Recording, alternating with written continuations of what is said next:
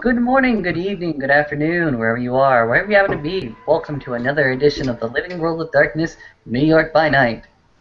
This scene is set on a dark and lonesome highway with Frank Green going ahead and looking through his contact information and trying to find the one he knows that won't quite reach the prince right away, but will eventually get to him. Maybe. He has to scroll all the way down. It's not even listed. It's unknown. Even to his own phone, it is an unlisted number. No matter how many tries he tries to put a name to it, it doesn't stick. But he goes ahead and presses that number and gives that secure line a little bit of a ring. Well, as is useful for trying to contact, yeah, we'll get to another place. Then you see, call diverting, gets to another place. Call diverting, gets to another place. And then you have a kind of an older female voice saying, hello, sir, how may I direct your call? Hello, I need to speak to a Mr. S. Mr. S, is that addressed? Excellent. Is this upper north quadrant, south quadrant, west quadrant, or east quadrant S? This is actually happens to be East Quadrant S. New England.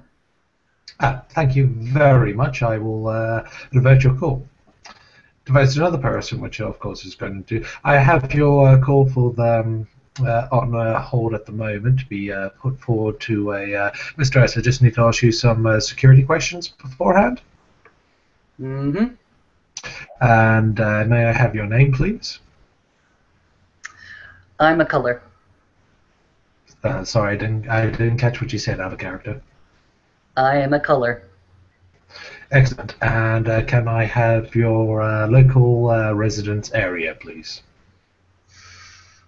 New York. Excellent. And can I also have a state of the nature of the call, please? Storage and containment. Excellent. I will be passing you on to one of the people that will be able to handle your call. Thank you very much for your patience. You reach one of the House brothers. Hello. How are we doing tonight? Oh, you met the House brothers at some point. You're Green. You said, Green. How's it going, boss? Doing well. I need to speak to the big boss man. You went through the call rigmarole. Mm-hmm. Yeah, we're sorry about that, but that's how the boss likes it. You know, next time I should call you straight, but I don't think you'd appreciate that. Oh, he's got a similar thing on our phones. It's just like one less step to jump across. I'll just, in fact, I'm going to just save you like the extra couple of transfers we'll go after this. I'm just going to like hand my phone to the boss. Gotcha. Okay. Well, you got 5 seconds, and then. Hey, Green. How's it going? Hey, Silas. I need a place to store a few loose ends. The loose ends are pretty much bagged and tagged, but they're not meant to be seen. They're not proper. They have to be buried. Well, not necessarily buried, at least stored in a cold environment. On the scale of 1 to 10, how bad are we looking if, let's say... 11. Okay, that bad. Actually, I do have a nice little place set up for that type of thing. It's going to take some very specific construction, so you're going to be all right. Well, moving them, you might need a hand. Yeah, sure. Just go ahead and send me instructions on how to get to the mouth of this cave, and I'll have a few people walk by and help me out. How about that? It's not that type of trip. You need yourself to be holding. You said corpses. I need a number. 2. 2. Okay. Well, you carry one person to carry the other. If you're going to be bringing any other people along, I need to know in advance. And it's going to be a specific set of instructions because, yeah, sorry about it. This place is built to be a death trap. It's All right, all right. one of my old hangouts. So I'll give you the list of instructions to kind of get through the current safe trip. So just don't try it twice because it won't work. It's not how the place is designed. And there's going to be a nice vault in there. And well, you'll see the vault entrance. Don't go in the vault. Go past the vault. I need to hammer this in because if you go into the vault, I'm not going to be able to help you. Don't go in the vault. Move past the vault. Yeah. There's a nice little side entrance. It looks like a wall. It really looks like a wall, but it looks like it's got moss on it. Mm-hmm. That's actually an entranceway. It took a bit of work in there. Go through that entrance, and you'll get to the secondary cold storage vault where I like to put my other bits and pieces that need to be on cold storage. It should be empty at the moment. What are these? The corpses from the murders? Yeah, these are the bodies of the victims. Okay, in which case I need to do some analysis, and my equipment's also down that direction as well. So I'll meet you there. All right, So, all right. shall I say see you at the cold storage unit in about an hour? I'll send you the specific instructions. Yeah, And cool. make sure you get someone who's good at following instructions to kind of come along with you. Yeah. I've actually got 2 people in mind, maybe 3, but I'm not going to push it. I'll take the 2 along with you simply because you seem to need to know the numbers. Well, yeah, I need to know the numbers. Occasionally, I'll have other residents staying there, and they might be around, but they're very specific on what gets into their areas, if you know what I mean. Gotcha. I think I've got it. Okay, cool. In which case, I'll see you in there in about an hour. Give me a call and use this is my temporary direct number for the next 6 hours. So put this one to use. Says number. If you need to contact me directly. Gotcha. Anything else, boss? I think we're sorted unless you anything sorted out on the side. Nothing at the moment, or nothing that I can't talk about later. This takes priority. Okay, and there's also a side thing that I'm going to be sending you. There was the crowd that developed around the latest murder site. Yeah?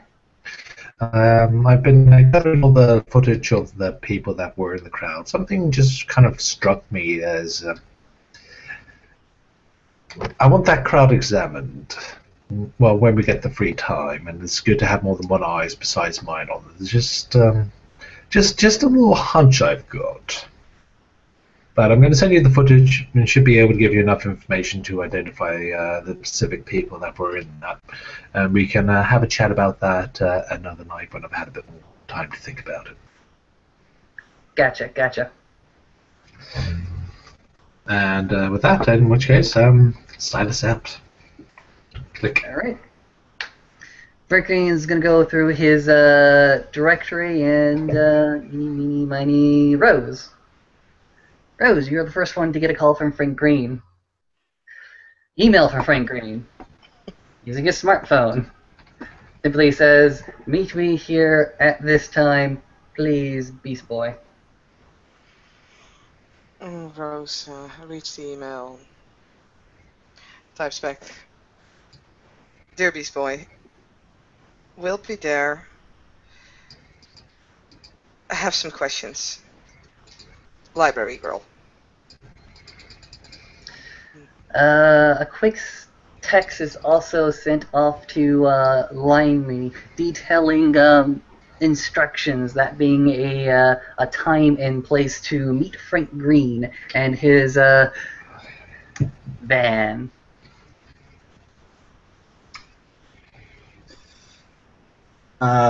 You just get one word text back, groovy. And like, you know, and you assume that means he'll be there. Awesome, awesome. All right. Without further ado, the moment at least, Frank Green, Lively, Rose, they gather. They gather in the front of whatever cavernous pit or whatever sewer entrance that needs to be taken first off, or whatever maintenance hatch or garage entrance that also needs to be traversed. It's in a little side part of a shanty town of, well, simply hobos. There's a large amount of hobos. You have to get through all the hobos, and it's like that specific spot over there, which, for some reason, the hobos seem perfectly fine with the spot. It's like it's not covered at all, and it's almost as if like the hobo that actually lives in that like kind of semi like tin house is semi expecting you there, and just kind of like gives you this kind of half drunk yap. Well, we It's might like have a he's little. kind of like he's sizing you up. He's giving you a little bit of the crazy eye, but he's not giving you any fuss. Right, and in preparation for this particular trip, I'm thinking to transport the bodies, wooden pallets and white drawn sheets over the gore.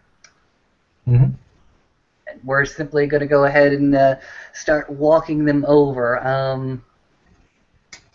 Well, buffing a little bit of strength, actually taking a little bit of strength from Limey, saying, hey, you're strong, right? Help me out here. He kind of like looks at one of his arms, kind of, you know, sort of speculating at it, and kind of he sort of says, "Yeah, sure." Now, And just for the record, as Limey passes the slightly crazy looking vagrant in the tin house, Limey will kind of pull out a sort of $50 from his pocket and kind of slip it down next to him. much obliged. No problem, brother. You keep trucking. And he'll sort of pass through to the entrance. You can almost kind of see him like constantly like now like repeat under his breath. Just keep on trucking. Just keep on trucking. Just keep on trucking. Almost as if there's like a tune that he can hear that you're not quite. Mike kind of raises an eyebrow, and then as Frank Green says, "Hey, you're strong, right?" He'll sort of like walk up front, you know, and sort of pat himself down and pick up one end of the sheet and start pulling. Yep. Lifting from the other side, and we're transporting these. The hidden gore, the hidden horror. Okay, well, if you're familiar with any of shanty towns of New York, they're constantly used to smuggle all sorts of everything under the sun. Awesome. Yeah, if you really want to find those things that the cops and the things that you're really not meant to find, they're usually in places like these. Nice. Yeah, this is as bad as scummy as it gets. This is the bottom of the totem pole where all the shit drifts down. Rose is just following the two men. How is Rose disguised? Veil. Cape. Hood. Okay. Well, with that type, is she obviously feminine? She's obviously tall, and she wears a big cloak, so it's. Some people are into that type of thing. In that case, she might be coming off as feminine. Yeah. And it's the style of camera that you might get like a little bit of whistle. I'll give you a rustle and tussle, baby. Oh, I always fancied the taller chicks. Rose is just gonna ignore and keep walking. This is new to her, and she doesn't actually quite know how to respond to this, so she's Give just me a walking. difficulty 4 frenzy check. I'll take that frenzy check. Do not make me calm your ass down. I'm sorry, it's kind of out of my hands and into the dice pool. Well, but yeah, I'll go and throw in. There's not to be sexist or anything, but this camp is very predominantly male. There are a couple of drugged up chicks all around. I mean, this is like low life. You've got like addicts, like literally on exposed mattresses in the corner of really bad huts, but they're the type of people that really do not give a shit. Well, Rose is fine. She's walking along. Okay. So, I mean, they're quite willing to just give a little bit of hassle to anyone going past, purely for the sake of when you're a homeless person in this situation. She's wearing you her really cloak. don't- Yeah. If anyone is actually trying to touch her, she's just gonna swing her cloak backwards a bit, and she has her clothing warded, so they will probably look at it and forget that they just don't know what they were about to do. Awesome. So, okay. Well, you get the incoming groper, and you just, Oi, Matt, where's the fucking bottle? Keeps on going. Rose, as the guy sort of comes to try and grab you, you might notice Limey kind of bristle a little bit and drop his shoulder. Not in like a tough guy kind of way, because you've known Limey for long enough to know that he doesn't portray a tough guy. But he sort of gives this guy the stink eye and kind of sort of keeps walking, but sort of looks really, really fucking angry for a moment.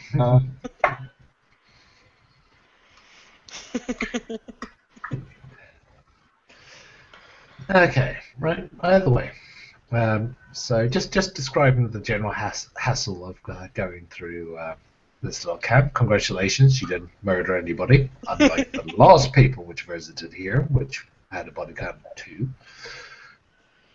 And yes, you're getting down into the entrance. It's a shanty hut built over one of the maintenance kind of sewer entrances.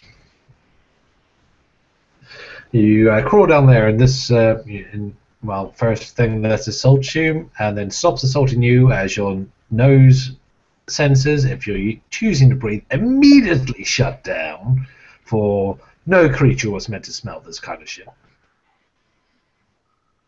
You're Yeah, it's basically, if you take the moment to breathe, it's like, and then literally you can see that the connection to your brain, as your brain just says, nope, we're not smelling it anymore today, as that census is gone.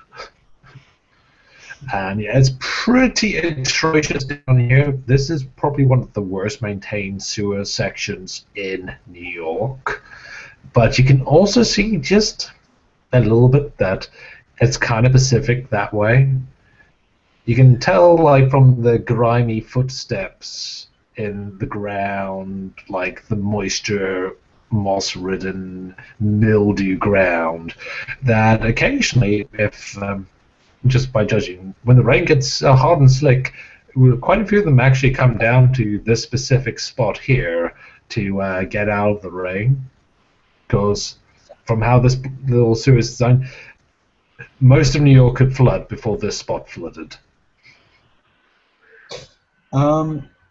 As we're going through, are we like wading through shit, or are we stepping on concrete ground? You're on the concrete ground section. You're in the maintenance access spot.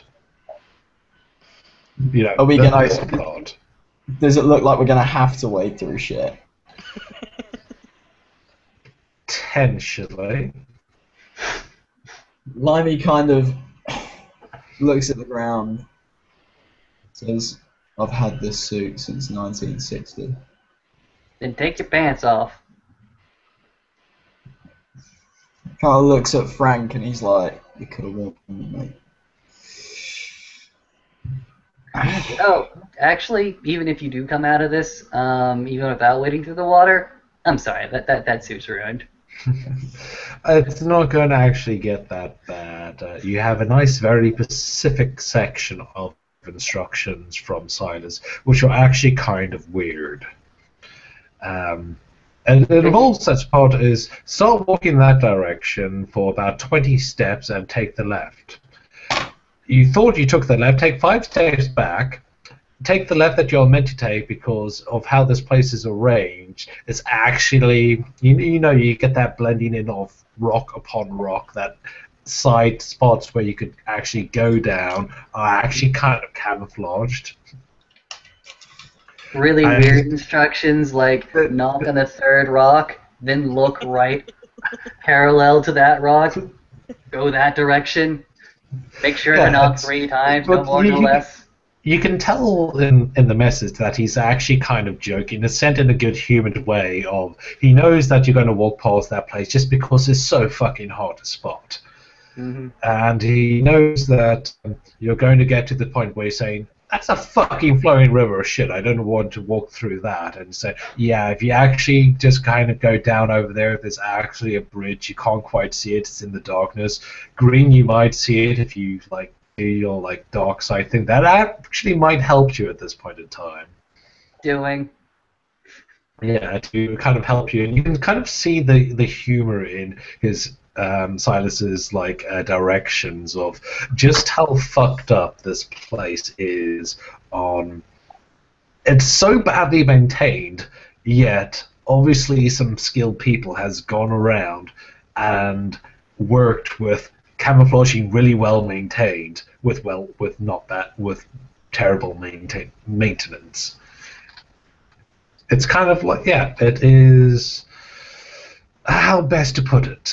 Well, you're familiar with the Lion, Witch, and the Wardrobe, of how something completely normal can suddenly go, oh, what the fuck is going on here? There is a theme running here, and it's got the Nosferatu sense of humor attached to it. Yep. It's a riddle. Don't you? Yeah. Else?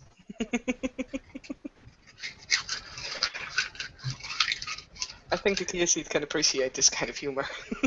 It is the type of humor that you can kind of appreciate. I'm not going to go through all the specifics, primarily because I haven't gotten to that level of sewing just yet.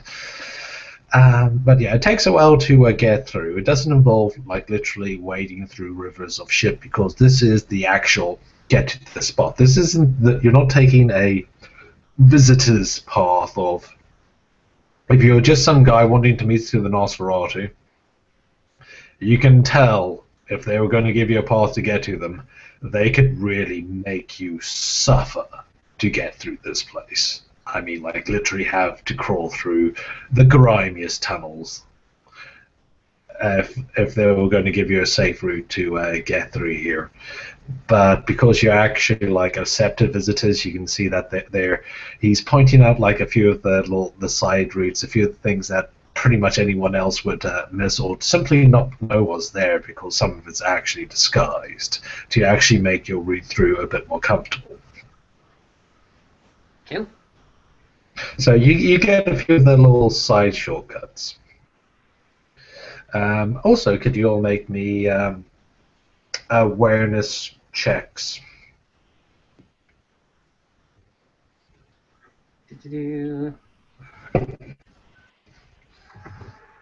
It's standard if you're going to go into a Nosferatu warrant that I have to describe a few things on the side. Have you ever played Bloodlines, by the way? Credit to you. I love those Nosferatu warrants they got in that place. To be fair, those warrants are absolutely amazing. I've recently started playing it. Really. My God, were they a bitch to get to. My God, were they a bitch. But fucking that's Macy Haven. What the hell was all that about? Awesome. Okay, so who got successes? Let's say difficulty 7, unless you got Night Sight. Which is case. Oh shit. Yeah. No successes. Okay. Okay, that's 2 for Rose. Mm-hmm. 2 for me. And 2 for you. In which case, I'm going to give just a couple of bits to you, or if you can see that there are a couple of things that are semi-hidden, they're kind of there. They're traps that have not been set. Whew. Like there's like your classic like wooden spike thing pop out, but it's not set in the strike position, and there hasn't been a tripwire set for it.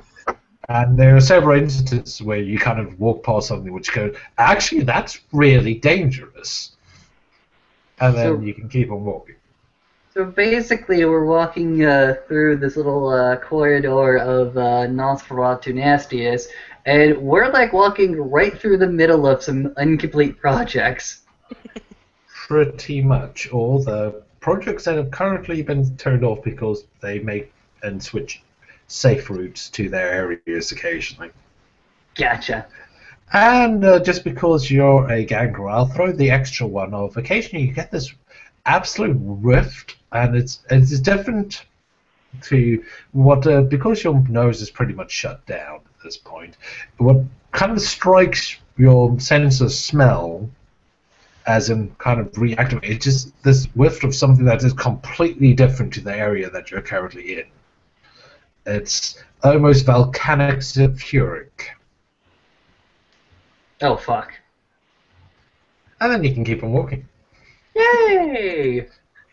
If I see the vault, I'm walking past it. Okay, you come into and this area like opens up a notch. You've now come quite a chunk deeper down, and you feel like you've actually gotten into a little bit of the general warrens where other Nosferatu have typically gone and like adjusted this area to make it a bit like it's like stepping over that like a fence. It's like you know that you're no longer in just this mazes and old New York. You're actually in a place where, well, people go through. There is there's like a little bit of life here. You can tell that people have walked through here, people have done their little bit to make this spot a little bit more pleasant. There's still a little bit of a maze of tunnels, and it looks like a maze of tunnels, but there you can always tell when you go to a place that has been lived in through a place that it is not lived in. There's those subtle differences. I'm sorry, it sounded like Limey was headbutting a wall over there. It's friggin' university room, man. I can't smoke with the window closed, so I'm trying to shut the thing. Fair enough. By the way, so you get to what looks like another. This one's a bit more of a tougher looking maintenance hatch. This looks like a old, what would have been in about 1930s. This looks like a old entrance bunker to what could have been an old nuclear bunker shelter. It's a nice. Reinforced door. It's got a padlock on it and a coded, but it's currently open. Nope. And Sorry. no, yeah. Oh, no, it's, Nope. Ignoring it. Completely ignoring it. it's as Frank Green and Rose walk past, or if I don't know if Rose is sticking around, Lime will kind of stop and he'll sort of kind of glance at it and then glance at Green walking forward, and he's like, "Is this not what we're?" I'm going to help you out there before we never get to our actual scene. That actually, according to the instructions, you actually want to take that entrance. Oh, okay, fair enough. If it's geared towards the entrance, I'll go ahead and enter the abandoned nuclear bunker. Yeah, it's a abandoned nuclear bunker. Well, you go down there, and now once again, now this has a little bit more of a homey feel. You can see that this did used to be, but years ago, this has been like mined out and like opened out. There are like new like passages that go through here,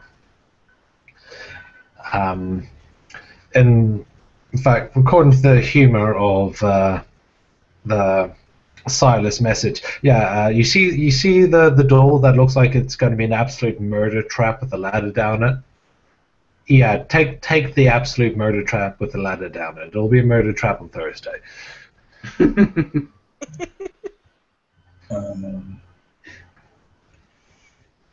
Ronnie steps out of the way. He's not going first. Yeah. Now you're into the Warrens proper.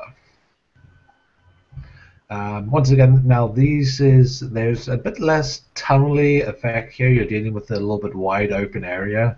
Now you're literally in old New York. Because we all know that old New York is built on New York.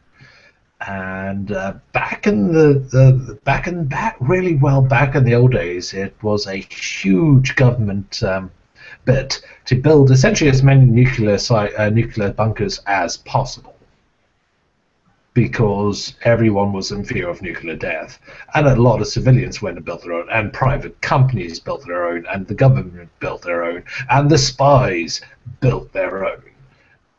And this area is basically an interconnection of those ancient, old, long since forgotten old bunkers.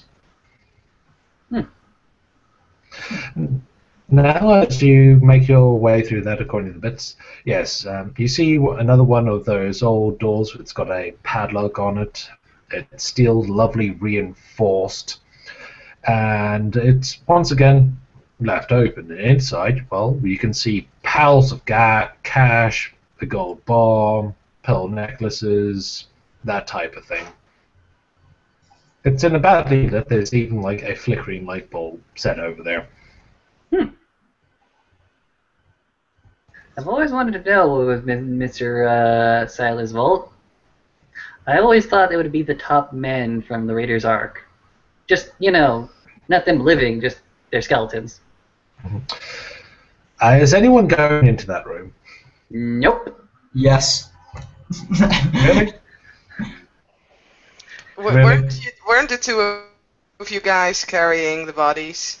Yep. So wouldn't you have to dump the body? Nope. We're not dumping the body. I'm looking at that. I'm going, no. I'm looking to Limey and saying there was no way back from that entrance. Look, Frank. The door's open. Look how inviting that gold bar looks. Limey, I swear to God, if you trespass on another kindred's domain in front of the sheriff will go ahead and pop his claws, and that will be the last tradition that you break. You'd need to get permission from the prince first. Bear in mind that we're in the prince's domain. I don't think it'd be too hard. He sort of looks at the room, gives it one last, almost longing glance before sort of fine, and he picks up the sheet again and he's like, let's go. Good.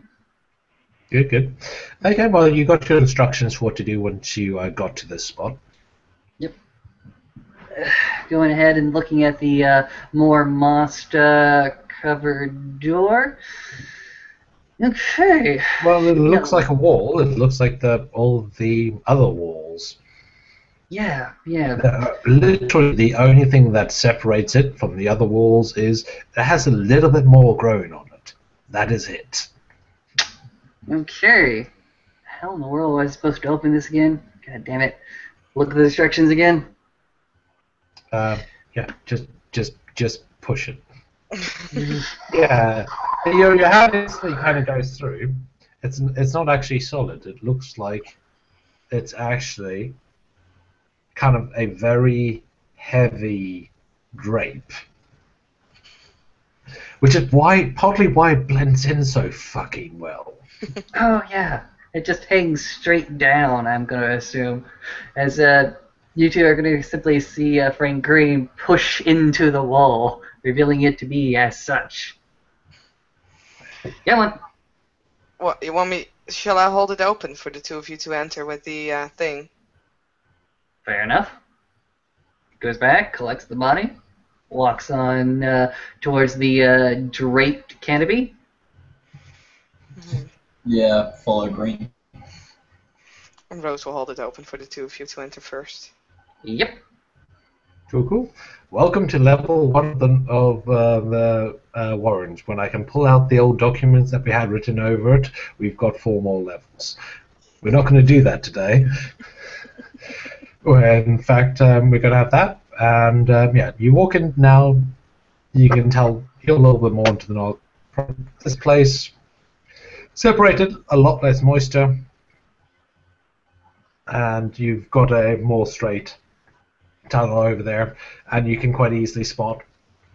Go straight down there, and there's a light coming out from that point over there, which is apparently the meeting grounds that has been set.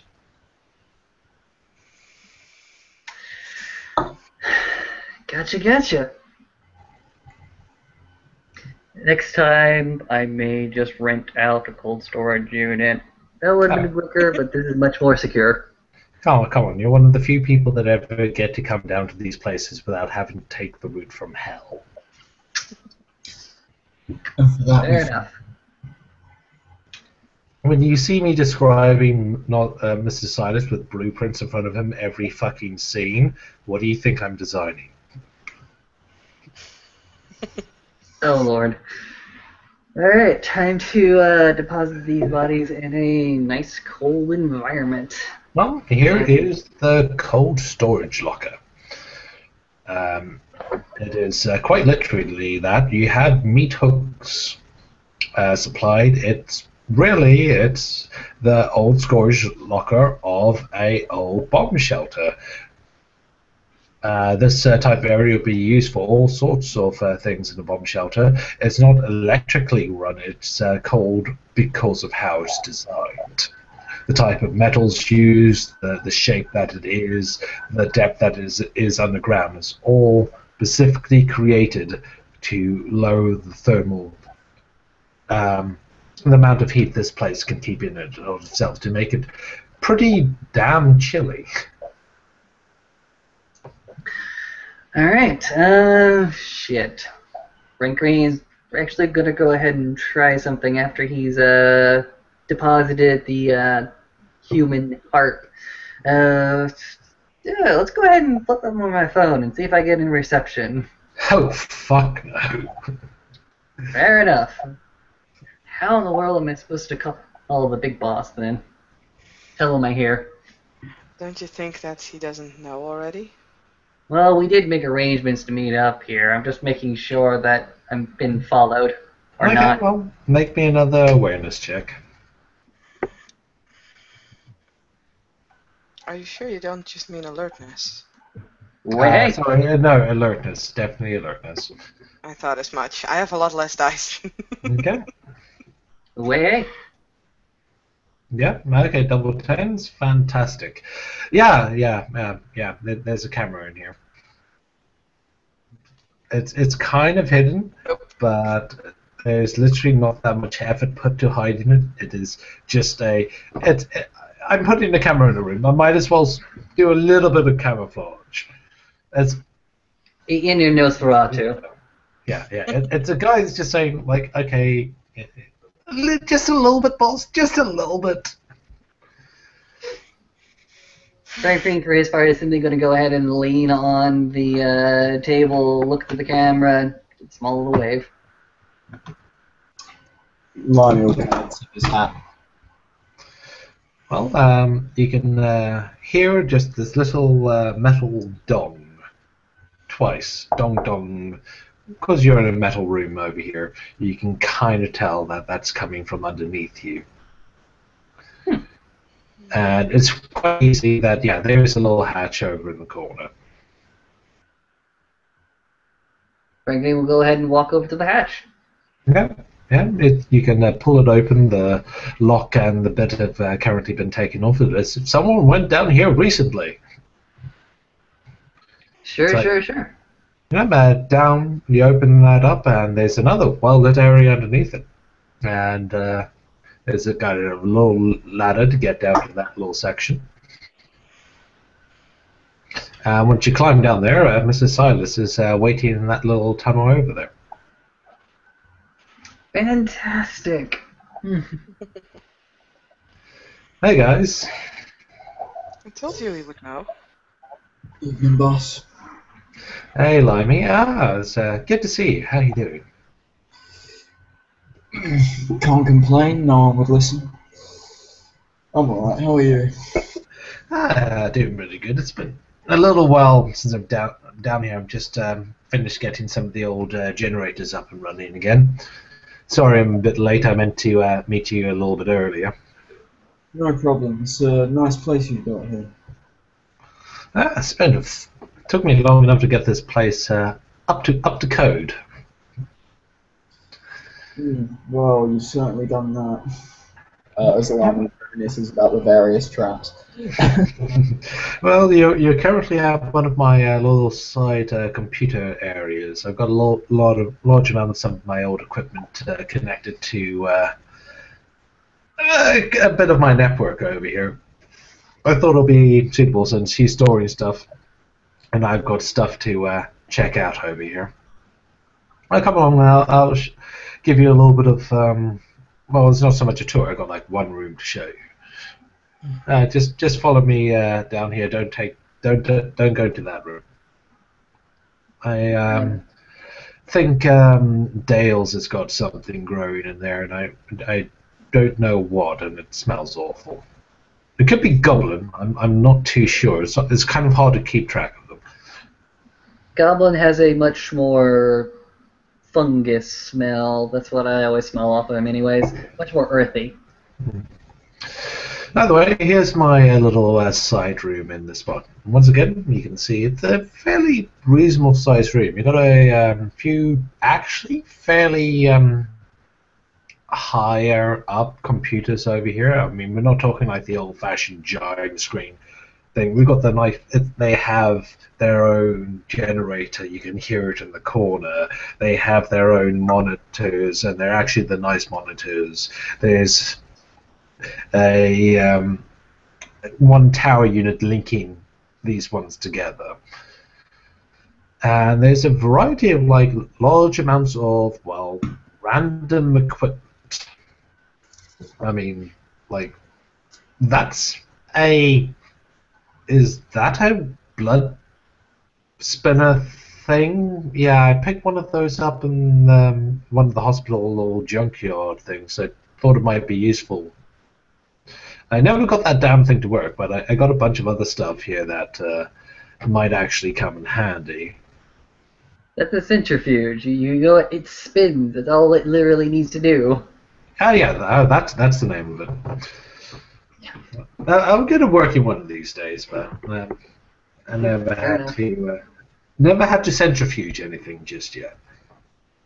Well, maybe it's just a burned out motor or a fried circuit. Maybe. Yeah, well, that's what I'm thinking, but well, I need to open it up. I got a lot of stuff here like that. Well, you guys, why don't you pull up a couple of those computer seats and you can actually be comfortable? Sure. Franklin will go ahead and take one of the leather plush sheets from one of the monitors, go ahead and spin it around, and sit his happy little ass in it. Yeah, these are the comfy seats. You can tell these are at least about $500 each. Nice. Limey grabs a seat and kind of folds his legs and pulls out a cigarette case and says, "Do you mind if I try and for a smoke?" Yeah, go for it. Just use the ashtray over there. It's the ashtray itself is a beer can that's cut in half. Rose also takes her seat, kind of stares off in the distance.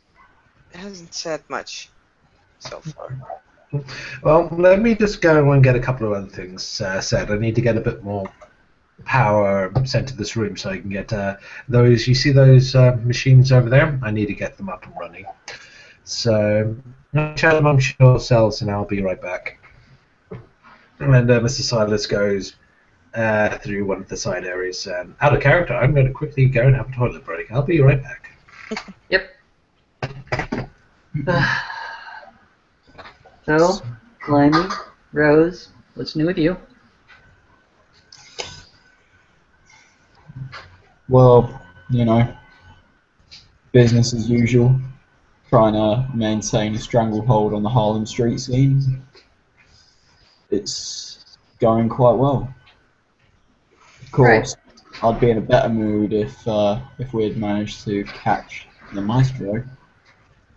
But I suppose beggars can't be choosers, you know. No, no, no. We did give it a good try, though. Uh, I just know so, that.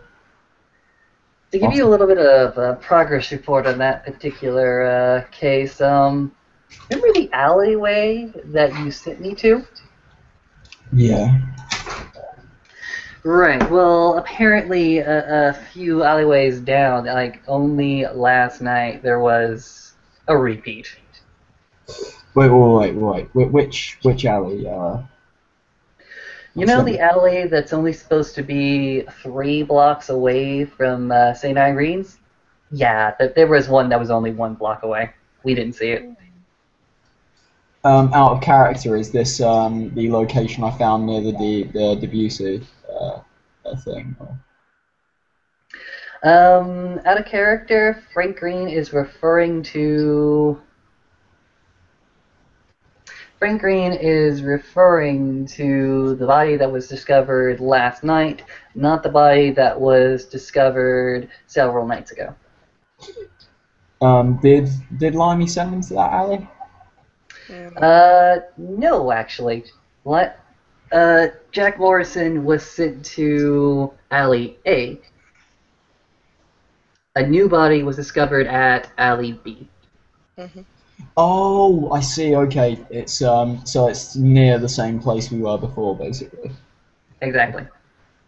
Limey kind of scratches his head.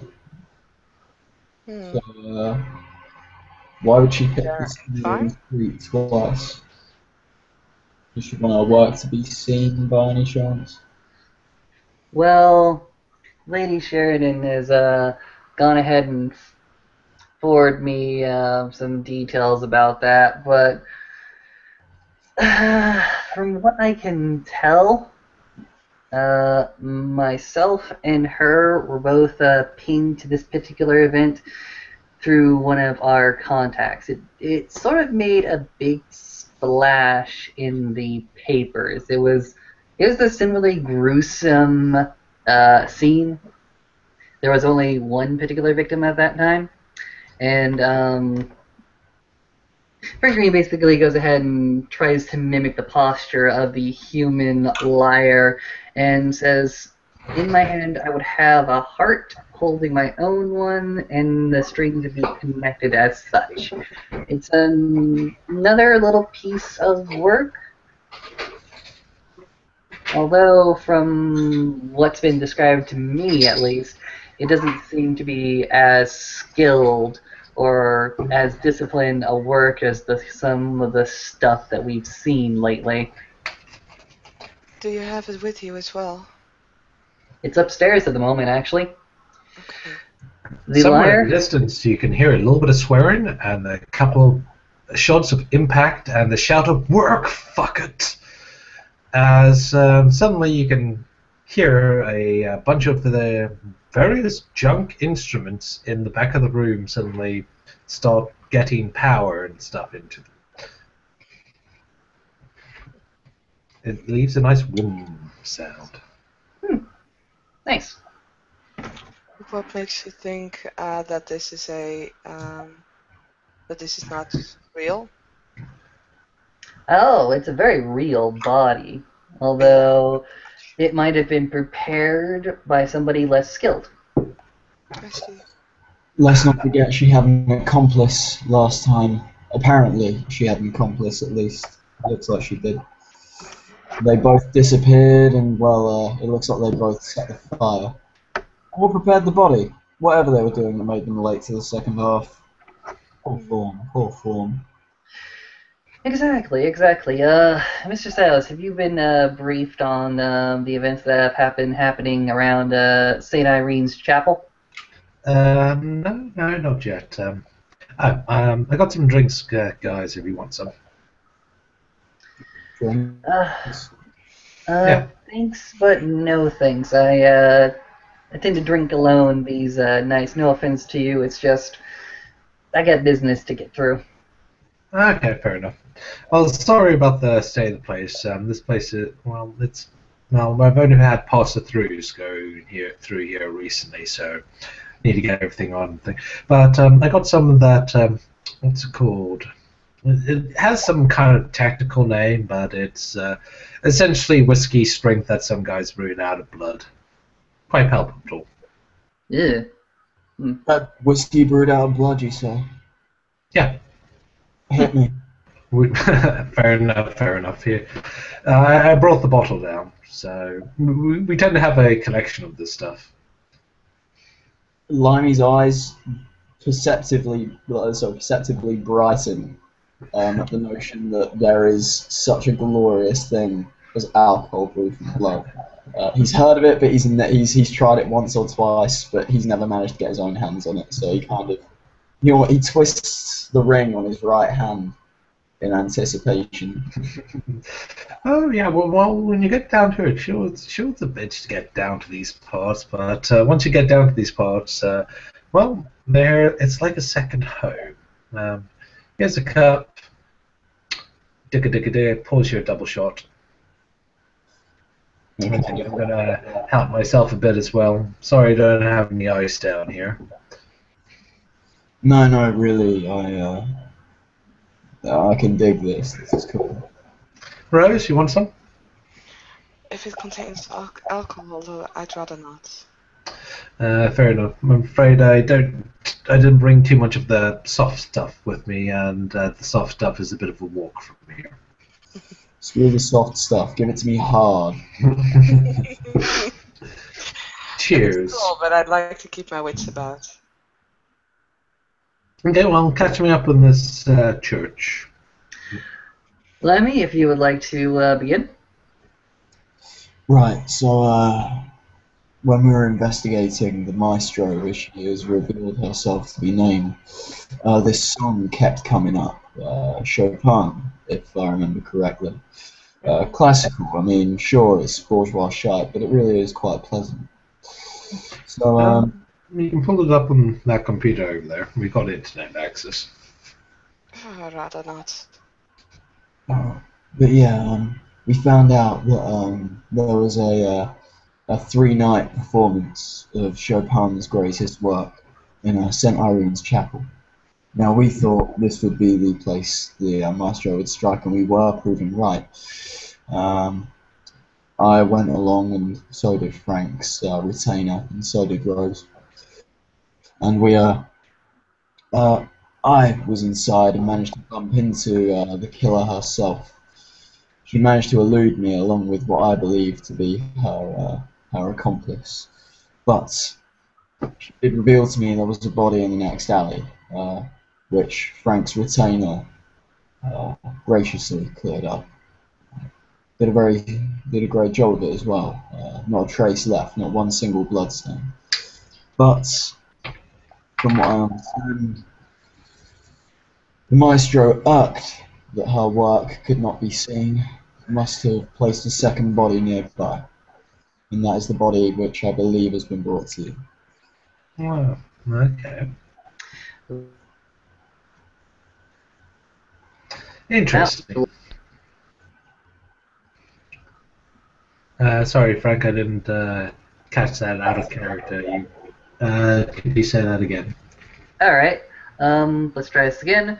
Frank Green goes ahead and says, yes, I've gone ahead and brought the heart that was originally dumped and the lyre that we found more recently. Yeah, I'm familiar with that one.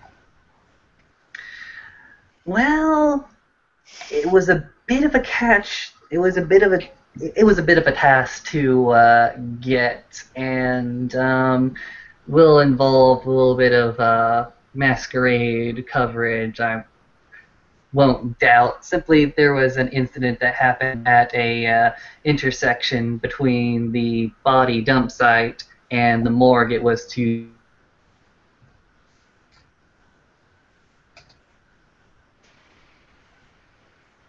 think he froze. It looks like he froze. Shit. Shit. He'll be back. By the way, we shall carry on in the meantime. Oh wait, no, he's back. There he is. There he is. Alright, let's try Hey, this big fella. one more time. We'll see how long this lasts. If it doesn't, I'll go ahead and hop into another room. Right. Frank Green begins by saying, yes. The lyre was recovered at an intersection between the body dump site and the morgue it was destined to go to by myself and Lady Sheridan. Lyman, you'll have something to enter into the ledger. Would you be so kind to extend a minor boon from the sheriff's office to Lady Sheridan for services rendered? He fumbles in his inside pocket for a notebook and a biro, and he kind of scribbles down. Got it. I would ask that, of course, we investigate ways to pay this boon back as soon as possible. The boon system in this city is rather slow. Of course. This is simply to encourage Lady Sheridan to continue the fine work that she does. Yeah. Right. Okay. That is what I currently have at the moment. Lady Sheridan forwarded some information to me, at least from her contacts. Again, it seems as if the lyre was prepared by a less skilled hand. I think I've got something for you, Green, that you might be interested in. Mm-hmm. I did a little bit of work on my side, and what appears to be this? It's a plastic bag with a latex glove worn by the killer. Nice. Latex or leather? Latex. Don't worry, I can work with this. We wore it for a little while. It's one of the reasons we're down here, because I've got my fingerprint scanner over there. Got You my have a crime DNA lab? analysis.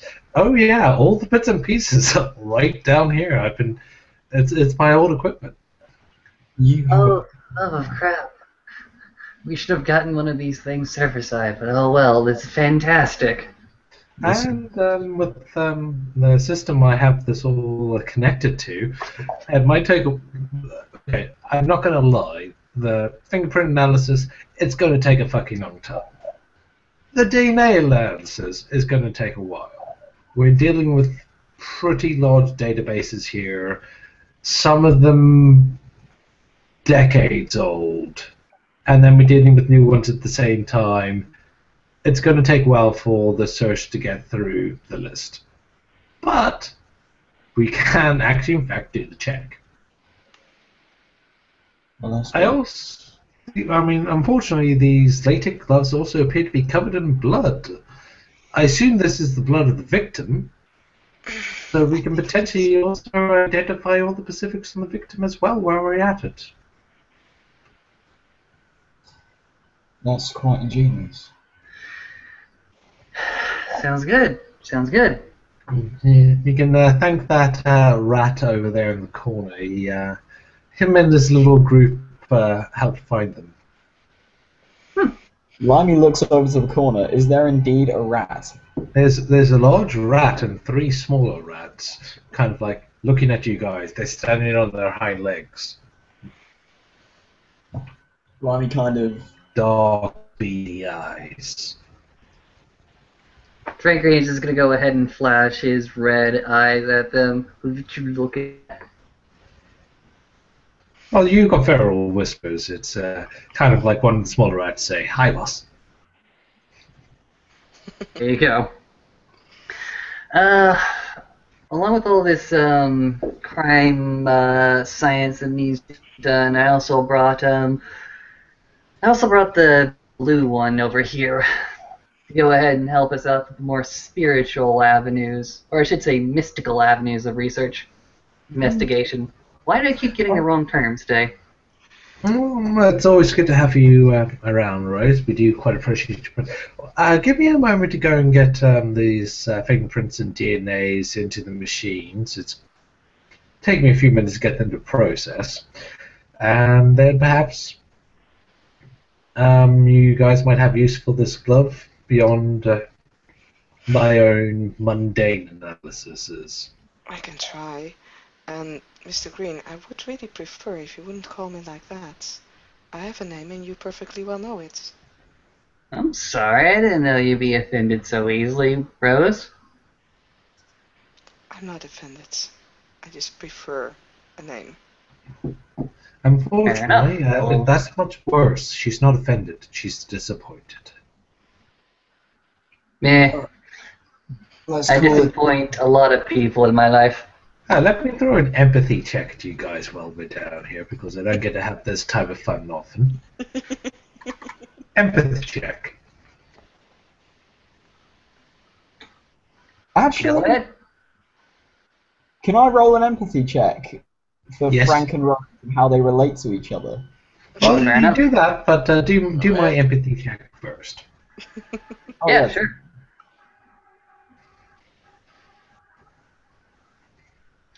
Do, do, do, do, do, 2. That's a 4 for me. Did you say 4 successes? No. Gotta roll it. Botch. No. Okay. Oh, we're all rolling it. Well, I'm Yeah. not. Yeah. No. Just give me a die roll. Oh, okay. This is a passive check. There is no real little botch in it, other than what I shall describe to Green. Gotcha. That would be charisma, empathy. Charisma, yeah. Oh no, actually, it's perception empathy. Perception, empathy. That's fine. Same dice.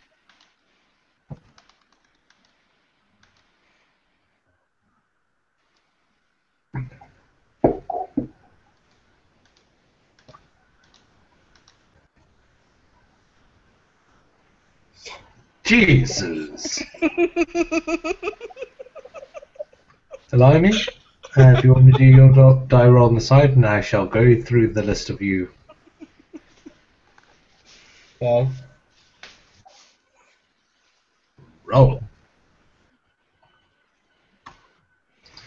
Okay. Let's see. Okay. We'll start with Green. You botched. You fucked up. This is Silas like he usually is. He's all kind of a little bit of business, and he's just getting shit done. Yep. Maybe you can tell that Silas is actually a lot more open and a lot more friendly. I mean, you don't usually get him like pulling out just like the random special bottles and stuff unless he's got like special guests and whatnot. And considering like you're like he's a prince and you're the minion level, he's a bit closer than usual.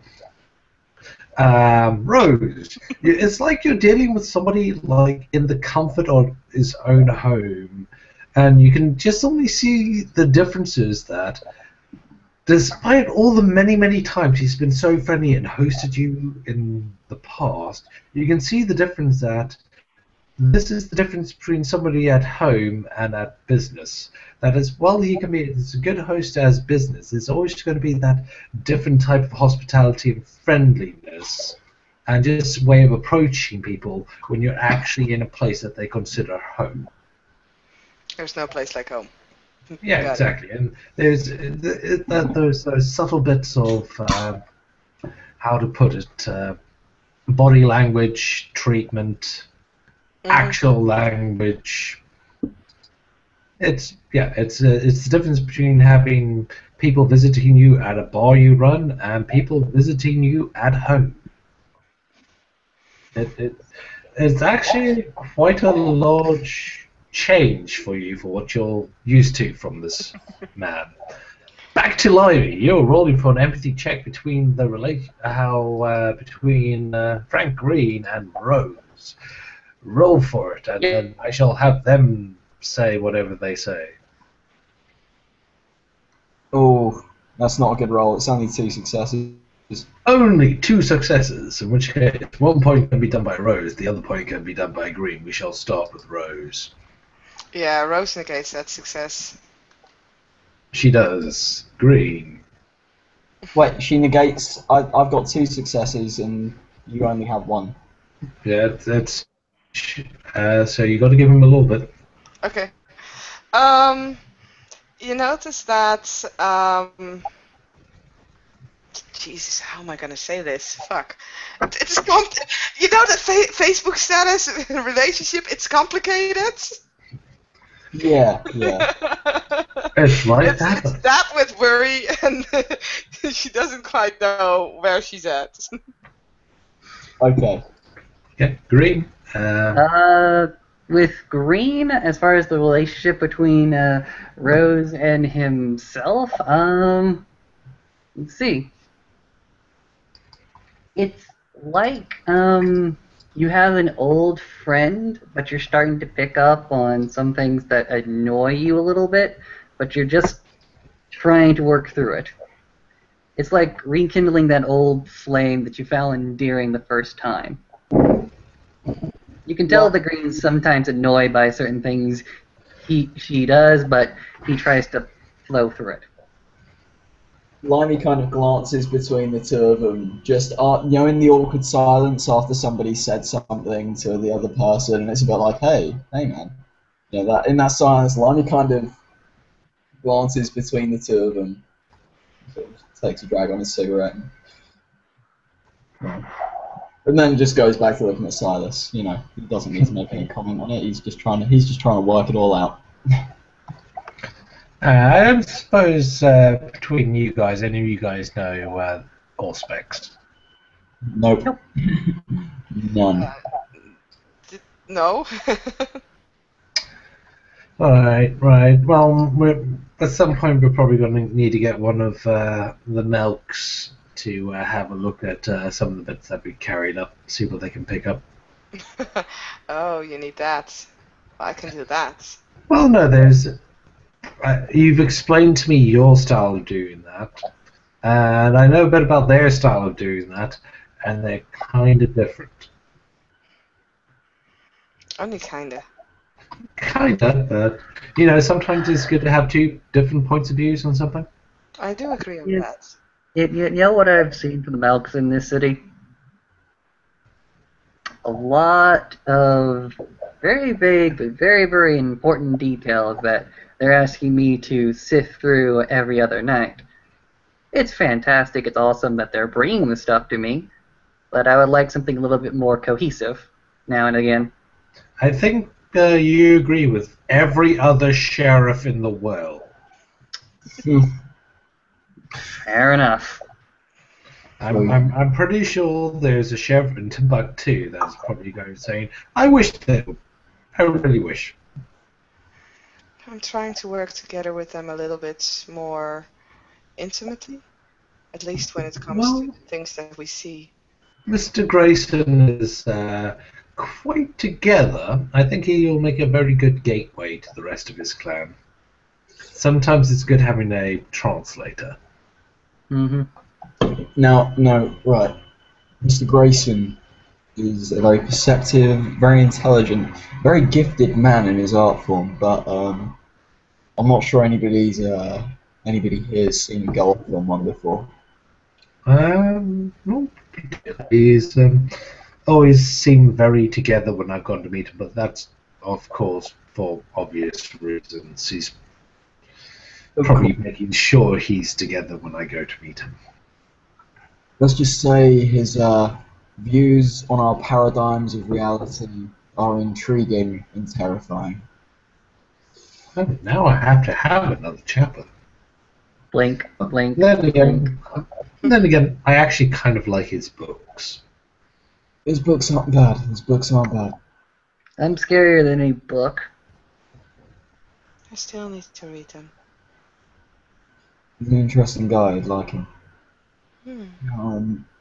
As much as this conversation is excellent and this whiskey is sensational, we were meant to be taking a look at a couple of dead bodies, weren't we? Yeah, let's have a crack at that. Here's a refill. Drip, drip, drip. Here's a refill for myself. Let's get back up the ladder and let's have a look at these poor unfortunate leftovers. Do this. Frank Green will go ahead and get up from his very, very cushioned seat, go ahead and swivel it back into position he found it, and start leading the way. Yeah, like follow. So does Rose. Now, I've got certain links. I'm going to put this up to my court's opinion.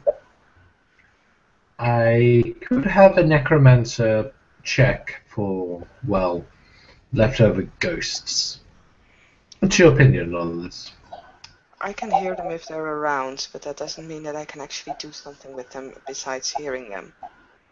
I can potentially arrange full interaction.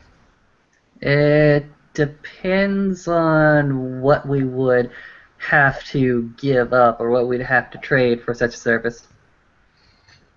This one should be fairly straightforward. Wait. This isn't the guy. What we'd have to give or trade forward is the attempt to reduce further ghosts that are likely going to be caused by that type of horrible, horrible death. And to clarify, would this be the same necromancer who got us into Wadsworth? Say again? Is this the same necromancer that got us into Wadsworth, into the fort? I had a different one in mind, but I could also have a chat with that one. Right. Limey kind of shudders a little bit, like he's, kind of a little bit freaky, Well, But he does. well, Limey can still have that little bit of, you literally walked through the land of the dead. You saw the ghost, you saw the spectres, you saw the dark grey decaying dust, as if you're looking at the destiny of all life in existence. Fuck. Well, that's what it's literally like walking through the Deadlands. Yep. Look at that courage roll. No, Limey had hysteria from that whole experience. Oh, and the role fuck. playing. Yep. Yeah. So I just botched that. Well, you didn't botch it, you just failed miserably. No, that's 2 1s and a 7. In which case you botched it. Yeah. Okay, someone says that... no. I don't know. Go ahead and describe what Limely is doing within the first few seconds of this fear that's gripping him. Well, I'm gonna get you're getting full flashbacks of like bam, bam. I mean, it's coming into you in waves, and it's coming in like double whammy of the waves of not just does it just start out with just like the experience and the horror of going through the Shadowlands, of how much of, especially for, oh sure, it's fine if you're a death demon or a fucking necromancer, but for a proper creature of the world, that place is a trip and a half. And yeah, that feeling that is the ultimate destiny of yourself, of your friends, of everything. And then just like you kind of force that emotion from you, but that just opens the gateway for you start remembering just all the bits that have that fucking labyrinth underneath that, especially considering that you just went through one to get here.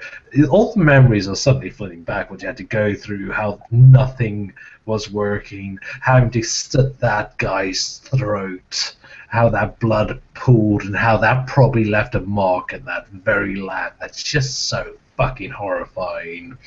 That final fleeing back to that place with the lacking of arms, and you can briefly look back, and what just completely sets off your hysteria is you look back to Mr. Green, and you can just see him as he was when he was rescued. This bloodied mess, his chest torn and broken open, his heart exposed, his arms and legs ripped off, his eyes blank, his mouth slightly gazed, blood dripping, and in this place which is the death of all things. Now, what's the deal here? Am I going to frenzy as a result of this botch, or is it just going to be like, fuck? Build up to it. Build up to it.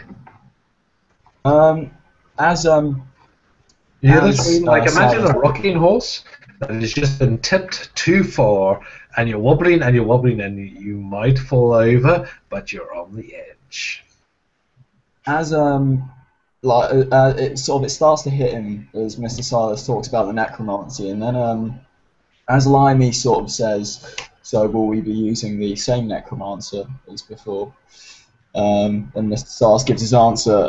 Limey kind of seems to, there's like quite a violent shudder that kind of grips his body, and the glass that's in his hand with the wine in it just shatters as his hands ball into fists.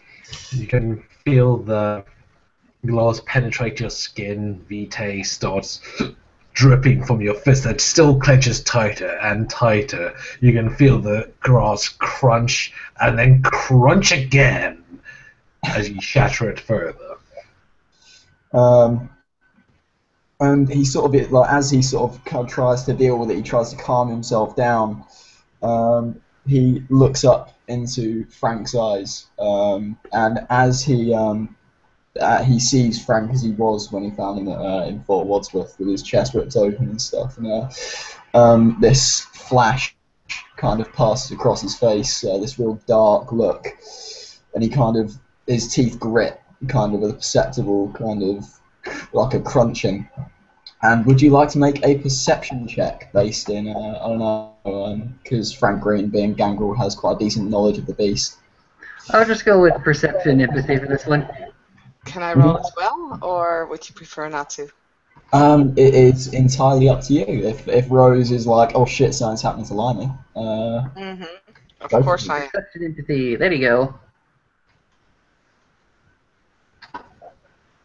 Yeah, same amount. Okay, right. Let me give you both something a little bit different. Right.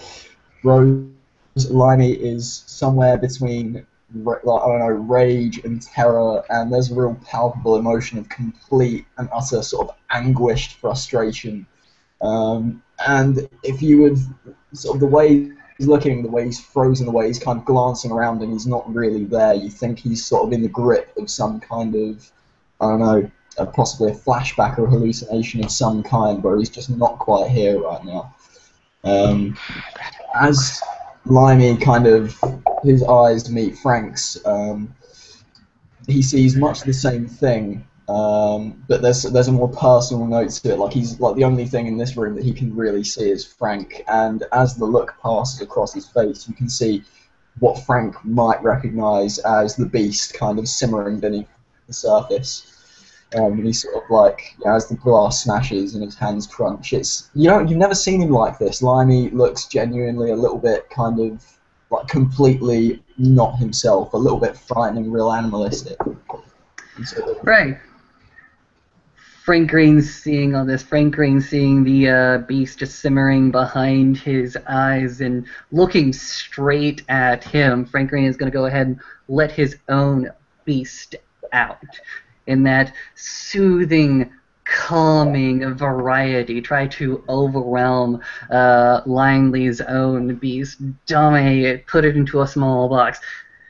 Just make it more placid, make it understand that this is not the time to come out right now. This is not the time at all. And I'll go ahead and roll my animalism. Nice. In the meantime, Rose is just stepping until she's like very close to Limey, just in case. Right. Good shout. 3 successes.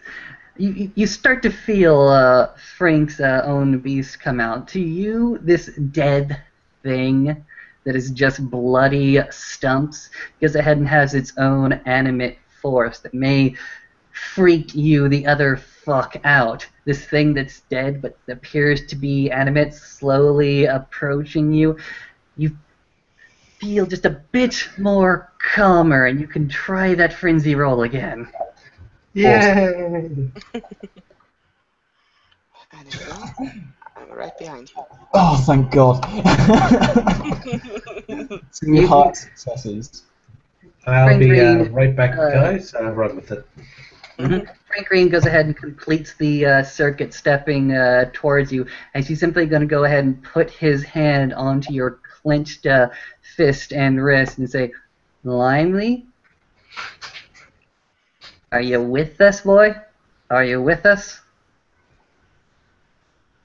Yeah.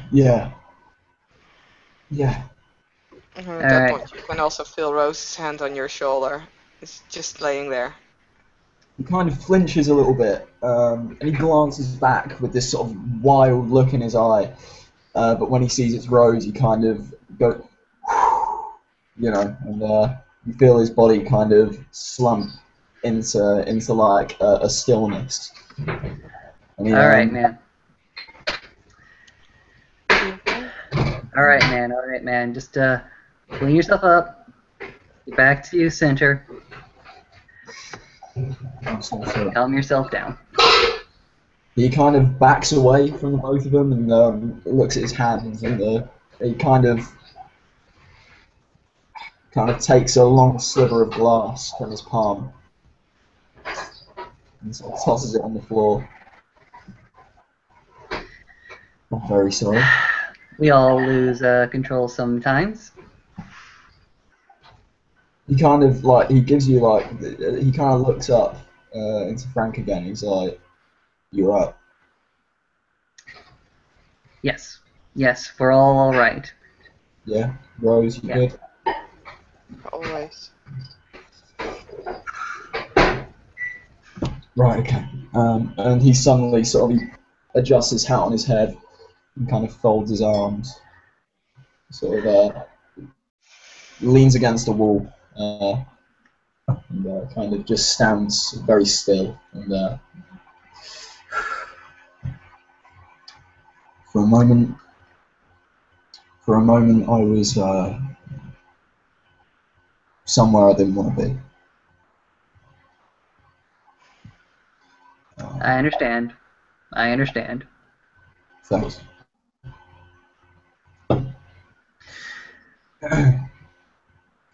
So, how's everyone else doing? We're fine. We're good. We're everywhere we want to be at the moment. Good. Yeah, good. Awesome. Rose. Frank goes ahead and gestures for the body. Work, please. Fine. Yeah, Which one right. do you, which one do you want me to examine first?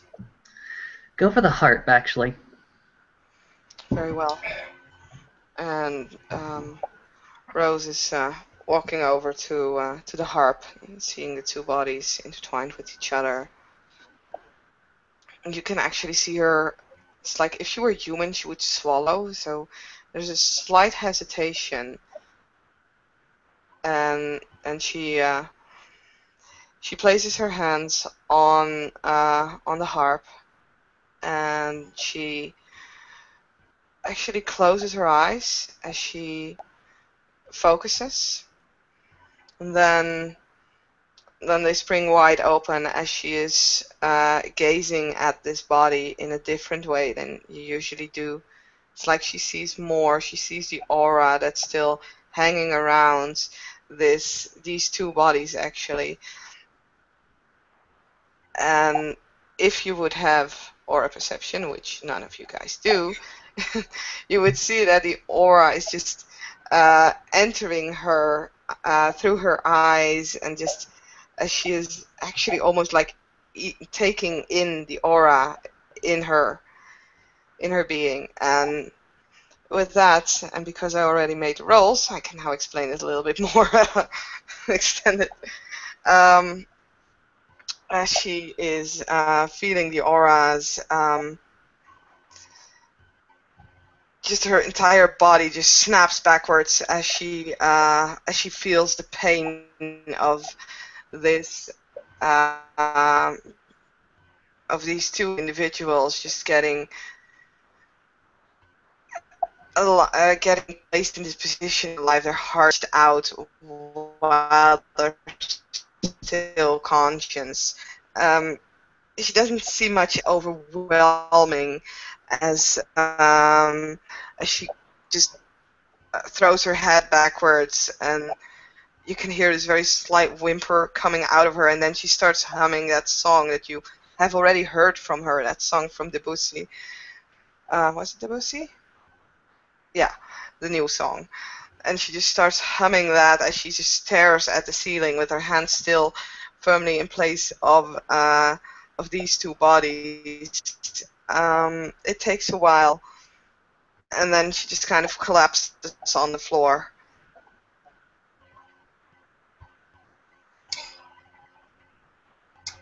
Well, before she hits the floor, I would like to make a dexterity roll to be able to grab her. If that's Oh, okay. you got celerity. You can do it easy. Don't roll. Just do it. Oh, cool. Yeah.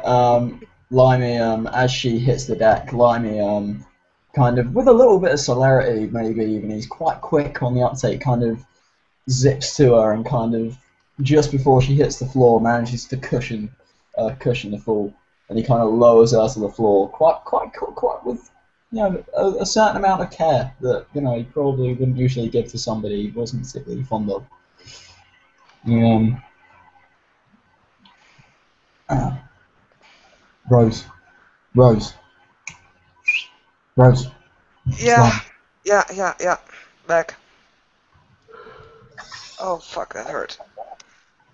Yeah, it sounded like it.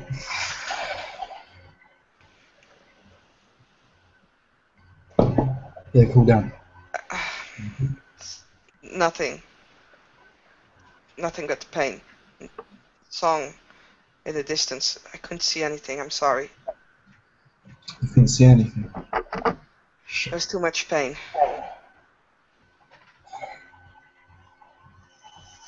But you heard the song. Yeah.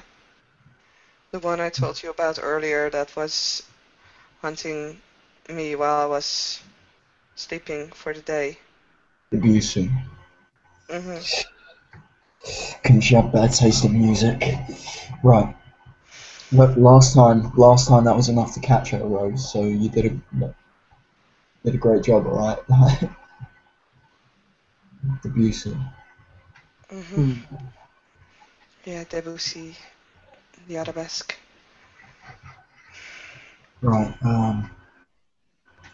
Well, that's as much as I need to know on my end, I suppose. I'll keep having my boys look for those concerts. Are you sure you didn't see anything else? Yeah, I'm okay, I guess. I would like some of that vitae when I'm done with this. This is not fun. It's alright. I plan to take it out on her.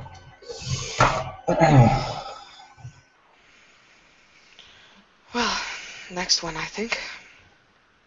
Let's do it. Rose stands up and she's still kind of shaky, but she goes to the Are you sure you're ready for the next one, Rose? well, I'd rather do it now than having that to look forward to again. Okay. Straight on, get it over with, I understand. Yes. It's like throwing a bucket of ice water over your head. The mortal seems to do it nowadays. And Rose walks over to the lyre. She looks at it. Places her hand on it again, and once again you can see her body just erecting, like all her muscles tensing all at once. As she once more absorbs the aura of this body as well. But strangely enough, she doesn't start to hum anything, and it seems like she's almost like more relaxed at this point. She's just standing there for a good while, like 5 minutes or so, and she just lets By the go, way, and she can doesn't. I see the dice roll for this? Because I've got things on my end as well.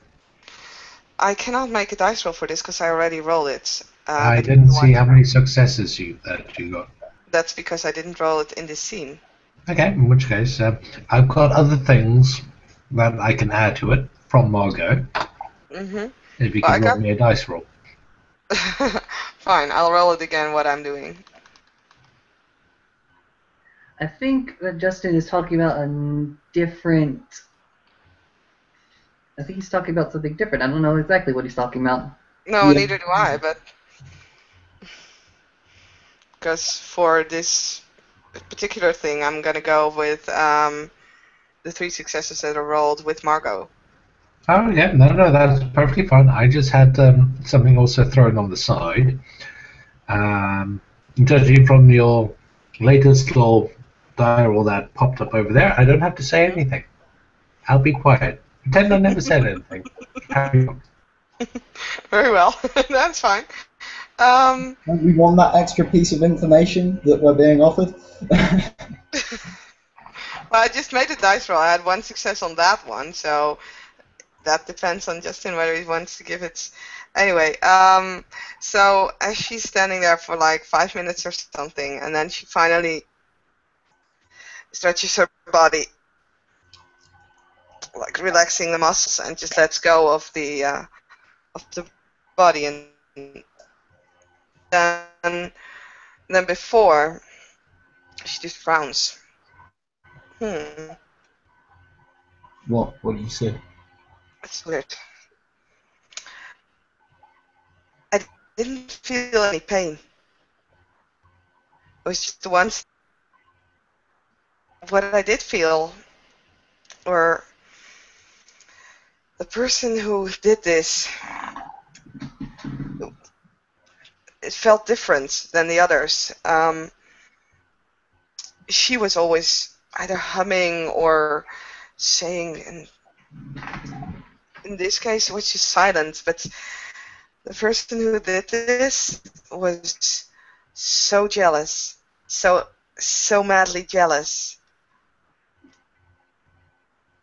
Jealous. and yeah, Jealous of what? I don't know that. It's that feeling I got off that he stabbed, and then there was no more pain.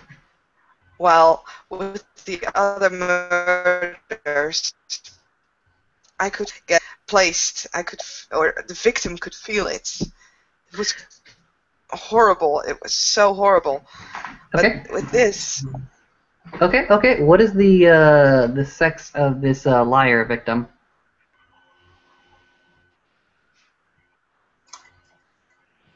What's the gender? I don't know. I'm. Is that an in character or out of character? Yeah. Both.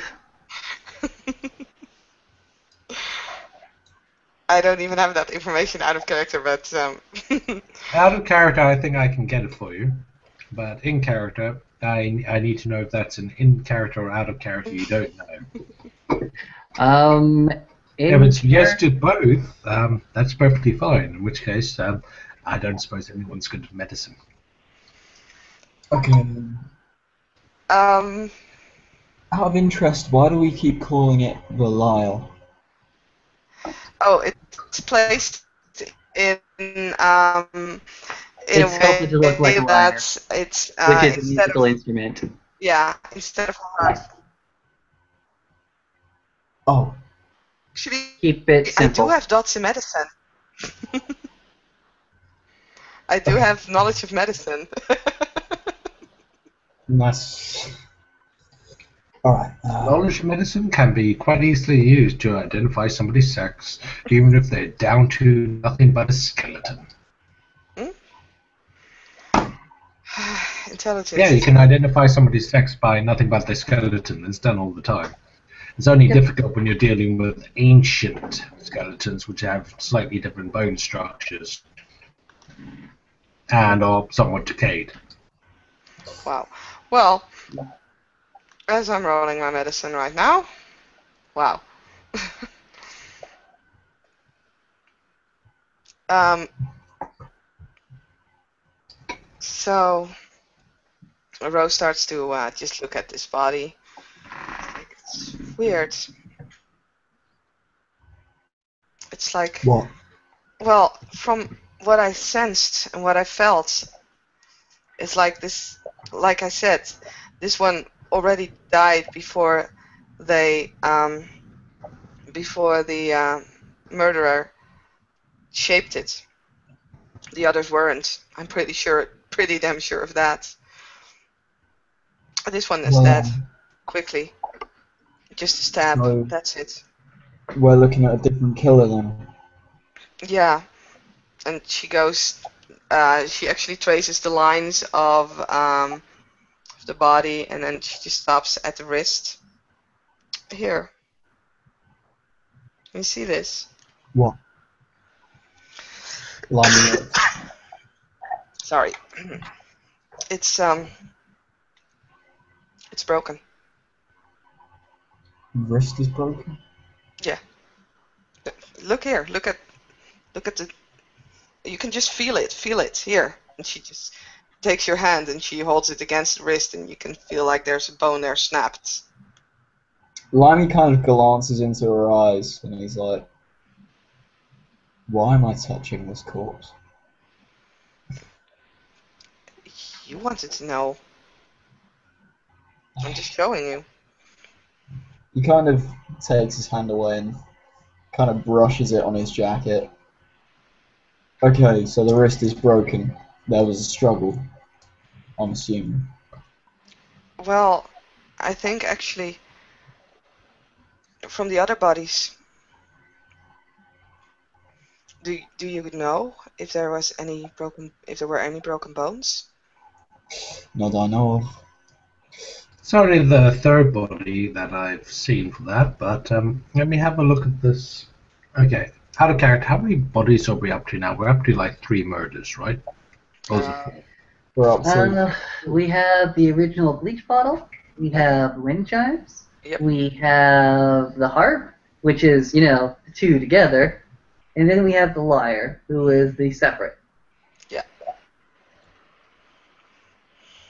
The liar is composed of one body that has apparently not been crafted very well. And the heart is actually 2 bodies excellently crafted together. Mhm.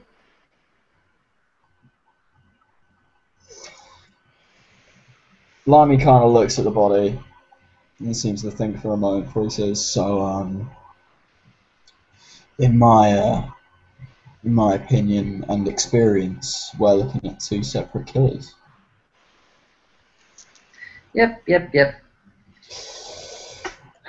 Well, Whether they're connected or not is Which, very insubstantial at the moment and unconfirmable.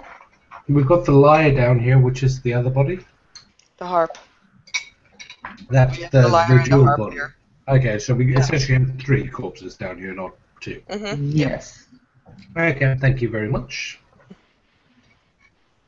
Here's my question to a lot of you, okay? If this is a random... Let's go ahead and look at the possibilities, okay? We have the possibility that this is still our killer, just with a very, very radically different MO. right, that This one off. is a killer related to our own, the Maestro. Could be working in tandem or parallel. Or 3, it is completely a random individual that is killing and mutilating people willy-nilly. Now, I know for a fact that the first one, it being the Maestro, not quite panning out at the moment for a few different reasons. The first being the crafted way of the body. This is not her work. This is not her work at all. Either she was rushing or she just didn't feel like it that night. She's It's not. also sent to us different taunting messages, that being that she doesn't do repeat performances, but she does want the art to be seen. She does want it to be seen. But if Does she cross doesn't do out it, the first then- opportunity, I know that much for sure. However, the third one, that it being a random killer not related to our case at all, doesn't quite stand up either, mostly for a few different reasons. The first off is the lyre. It's been sculpted to be a musical instrument, a stringed musical instrument. The only time we've ever seen a stringed musical instrument happens to be the harp. Even the wind chimes themselves, it was a gruesome sight, but you could try to explain it away somehow with a skilled mortician's hand. No, no, no, no. The motif of the heart and the two hearts interconnected, that is distinctly the harp statue. A copycat would not know about the harp simply because that was taken away from the scene before it could be seen by others. Also, another discount for the copycat theory happens to be the fact that it's in the same place, and only the few kindred here, as well as the maestro herself and any accomplices, would know for a fact that such a harp existed in that particular alley. What is the theory? By all means, go, Limey. I'm terribly sorry. No. Go on. I mean, if you were to ask me, I'd say it was the work of an apprentice. Exactly. Give that man a prize. Well, The I've got aesthetic theory. something that also attaches to that. What happens if it's the work of a pack? Oh, shit. I don't assume that the maestro works alone. I don't assume that at all. If it's just Yeah, the the very first body. purpose of the pack. It could be a ghoul. A ghoul, another pack member. I think it's a friend from the other night. I think there's two of them. I was just But going how to say many- that Limey, they entered later, right, than the rest of the quintet, the two of them. Exactly. Frank Green goes ahead and stands up for a few Something seconds. numbers.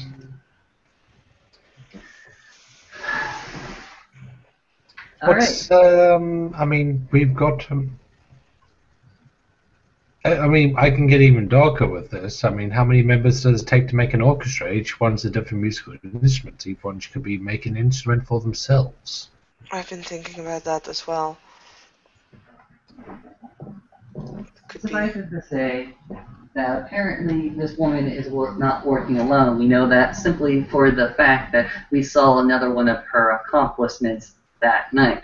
And apparently we have another person who is trying to mimic her art. Mimic straight from her art. And the apprentice, this secondary killer, could have been instructed by our maestro to do just such a thing, to craft that lyre. Now, this is all still a theory, wild as it may be. That's the one I'm currently working with, since a straight-off copycat doesn't seem likely, and the maestro herself having an off night doesn't seem likely either. If there are any other theories, please present them. Well, I'm kind of wondering if that person was working in her orders or not, because of the feelings of jealousy that I got off. It's like as if he wanted to be able to do a better job. Actually, yeah. Being better than her. Jealousy.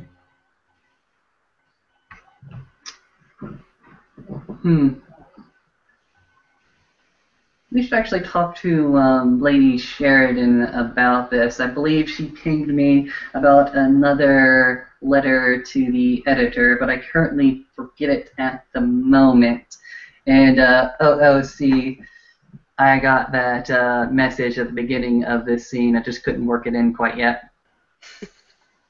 But suffice it to say, he'll go ahead and forward it to y'all as soon as he gets some sort of reception. If you need phone connection, I can. Stylist. Oh, do you need mobile reception? I can just connect your. Just pass your phone over here. Does so? Tap, tappity tap tap.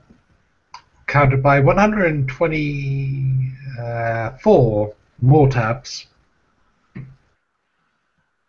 Yeah, that will last about an hour. Okay. Frank Green quickly grabs the phone from Mr. Silas, says thank you again, scrolls through his messages. Okay. Liar, liar, pants on, friar. Fyre. Though a good forgery can make just as much money as the original. So, it looks like a forgery. Yeah. Liar, liar, pants on fire. Though a good forgery can make just as much money as the original.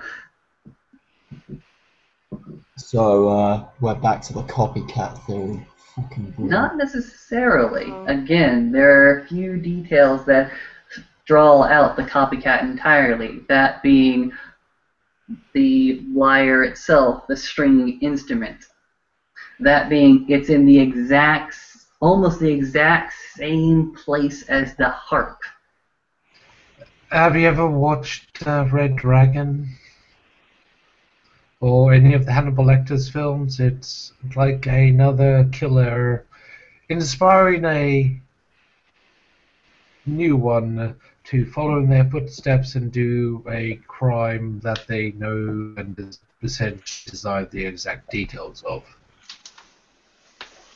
That supports the apprentice theory. Okay, if I were to, alright, if I was to go on a limb, I'd say that that glove of yours is, well, that's going to point us to our next point. We find out more about the killer. They seem to know enough. Do you want me to check that one as well? Which one? The glove? The glove. I don't imagine you'll get anything else off it, but it'd be my guess. Sure. While she's going ahead and doing that, I like the idea, Langley. This apprentice, if it is as such, doesn't seem as skilled as our maestro, and in fact could be an easier catch. We catch him, we make him turn on the maestro, if there is such a relationship, and we're there. Exactly. It's a very, very thin theory at the moment, but it's one that we can work on at least. Exactly. Christ, I mean, what else are we going to do, you know? We still have letters to the editor. We still have the new venue to look after. The maestro will continue killing. That I have no doubt about. But this accomplice, or this apprentice, or this rival, this competitor, may be an easier catch. But liar, pants on fire, still make as much as the original. That letter might have come from the maestro herself. Maybe she's trying to allude. Nice. What is it that Sherlock Holmes said? It is a capital mistake to theorise before one has data. Sherlock Holmes, as well as I can't remember Sherlock Holmes or another famous individual, but once you've removed everything that is possible, whatever is left is the truth, regardless of how absurd it might be. Mm-hmm. Well, we haven't eliminated all the possibilities yet, but one is that this is the maestro, and she's saying, "Well, I might not have gotten my work seen, but I assure you, a copy can make just as much money." Maybe that's. But that would be like she's trying to point out the fact that she's got somebody working. I think it's more that she wants to rattle the cage even more. She wants more of these displays, more of these presentations. In fact, this is what she's trying to do. She's trying to promote another type of street art, this horrific street art. Well, We've managed to cover up it. We've managed to keep it underground so far. Hey, I'm beginning to miss good old Jack. At least he kept this thing simple. Jack? Jack, The Ripper. Oh.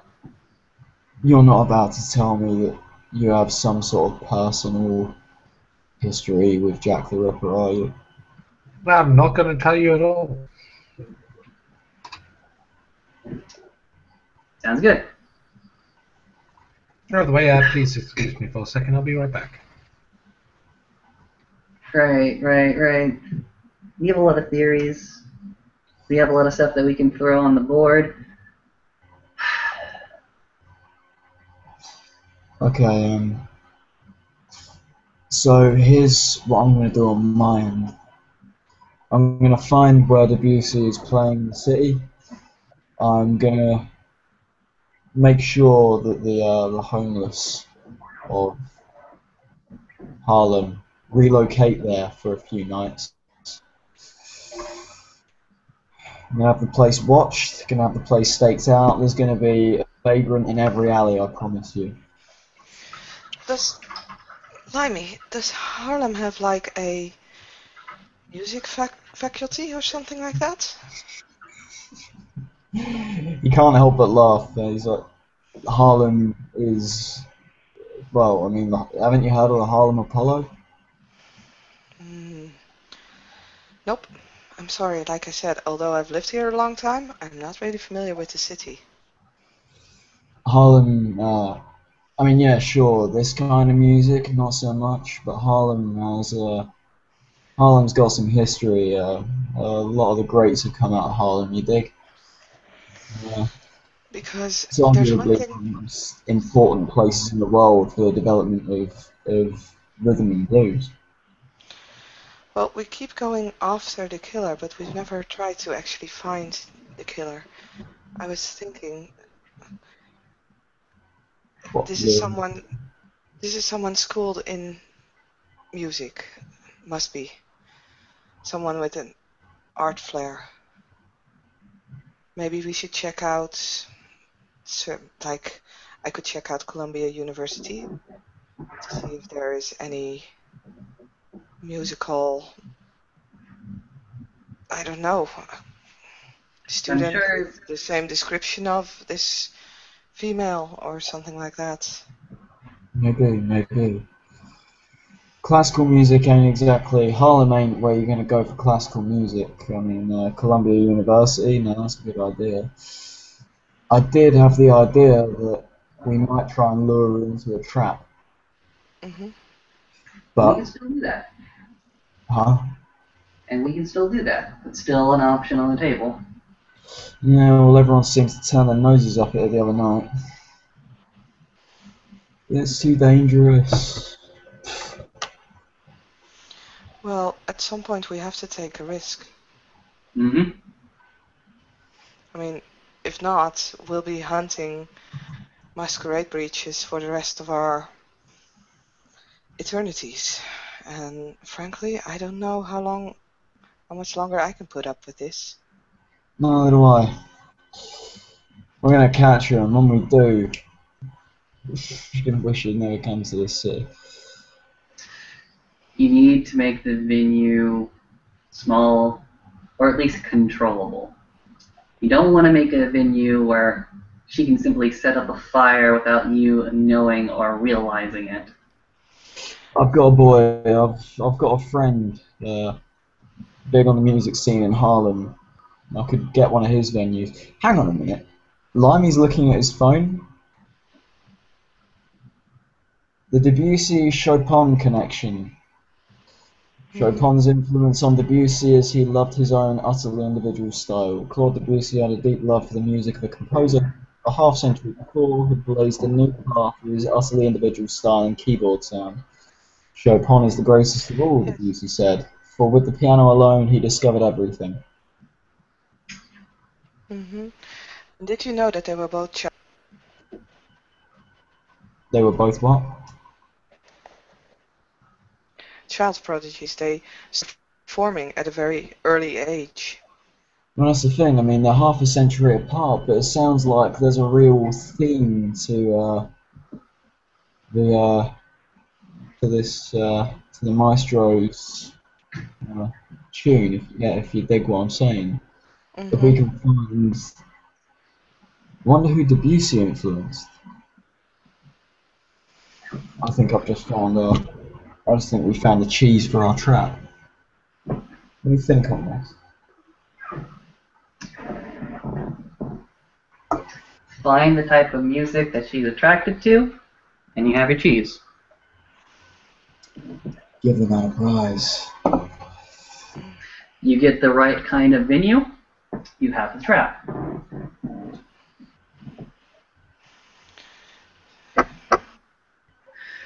Well, is anyone gonna do anything with the bodies? Right now, cold storage. They can sit here for a few. If there's anything that comes to light, we can go ahead and re-examine them for more evidence. There's no sense in throwing them away or disposing them when we don't really need to, and when the potential there for more evidence is there. So let's keep them in. Very well. So, Mr. Silas, is that glove, is that ready? Are you ready with its examination? I've taken the evidence I need from it for starting my mundane investigation. In that case, can I hold it for a moment? By all means. Very well. Here we go again. Ouch, that's a fucking good roll. I don't like this. I don't have anything on this. I don't know what Blue's gonna give Oh, me. no, I've got a little bit on this, actually. Nice. Whoa. Okay. It's monk. Sorry. Just give me a second. Blue did give me a little something to throw at this, especially on a decent, specifically on a decent die roll. And I'm going to count 1, 2, 3, 4, or above 6 as a decent die roll. And Blue, I think that is, if you're watching the scene, I think that is perfectly fair. Let me just check the message. So you once again you hold the die roll, you feel the emotions, you feel the visions that you've already felt before of those horrible, not the pain attached, connection to the pain attached, but more of a connection to the person holding the glove. You see and you feel that jealousy, that hate, and that is such a passionate word. Hate means something. Hate is a attractive force. It is above dislike. It is above loathe. It is a power in and of itself, and that is something within it. You can feel the blood spatters of the victim, of how it stained this glove. Little whimpers and shadows of the pain that you've already felt. And in that same vision, you also see a face of a violinist. You see a face of a violinist named Samuel that was in a church that burned down. And Yep. that's what Blue gave me. Oh, great. I was in that church, so... You can see it all blending together. What did you see, Rose? So, as Rose starts to get these impressions of jealousy and hate, which are similar to the impressions that she got of the liar, she just starts, she basically starts to shake a little. It's becoming more and more intense as her body starts to shake, almost as if it's like an epileptic seizure that she's having. And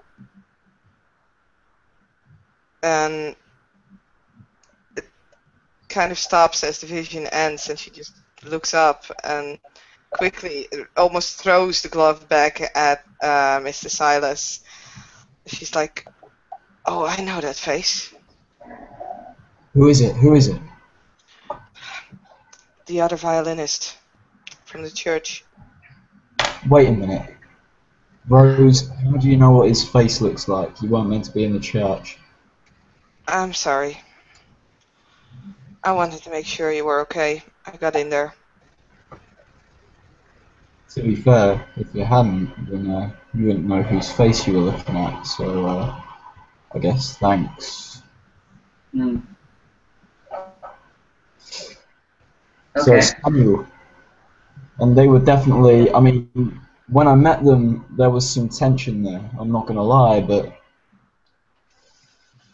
they were both in the same place, so I'd say we're looking at the apprentice theory.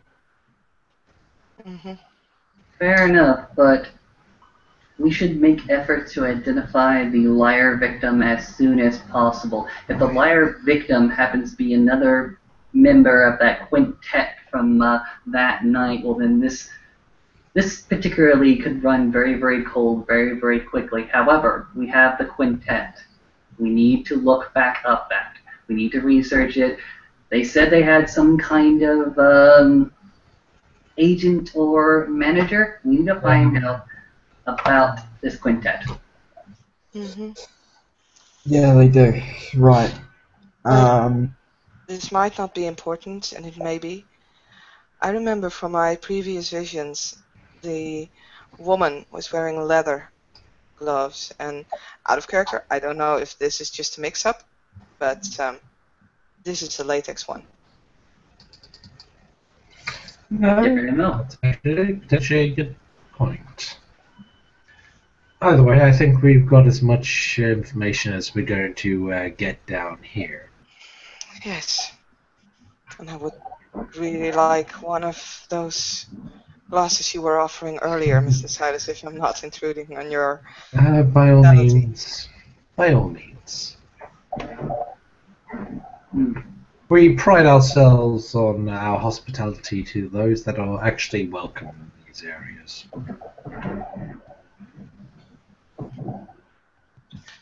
Does that mean I could like another glass? I'll replace the one for it. By all means, help yourself. Here's a top up on. Silas tops up a little bit on his own glass. Here you go, Limey. And he will go and fetch a glass for Rose. Pour the, here you go, Rose. Franklin, for his part, is simply, he's actually pacing at the moment. He's pacing and he's thinking. Possessed by the mystery. So, Frank, what do you reckon? I reckon we have a few good leads, and I reckon that this. I was kind of hoping this liar wasn't strictly an unrelated case. And I think we have enough clues to go ahead and actually connect it without jumping to another assumption. Unless one of you finds a weak point in the theory right now. Nope. Seems sound as a pound to me, boss. Nothing's jumping to myself, and to be perfectly honest, even if there is a weak point, it's still worth investigating. Well, Fair enough. Even if we do happen across that it's just some disturbed mortal that heard disturbing things in his local paranormal review magazine, he still needs to be dealt with. Mm-hmm. This Samuel, this violinist. You can most potentially, through him, capture him alive for questioning. We're going to have to put our feelers out, see if we can't find this gentleman. Mm-hmm. Hmm, I can pass description along a bit of the network. Haven't spotted on my end, but I suggest you get your own feelers out at the same time. I'm going to be rather busy for the next few days due to, how best to put, national interests. I have meetings to attend with people I'd rather not have to deal with meetings with. Alright, we'll try not to burn the city down while you're gone. Good Yeah. luck. Appreciated. And thanks for the drink, but it's been quite a long time. By all means, Limey. After you've finished your drink, so if you would all like to follow me out, I'll give you one more intelligence and awareness roll. Just quickly roll it. There it is.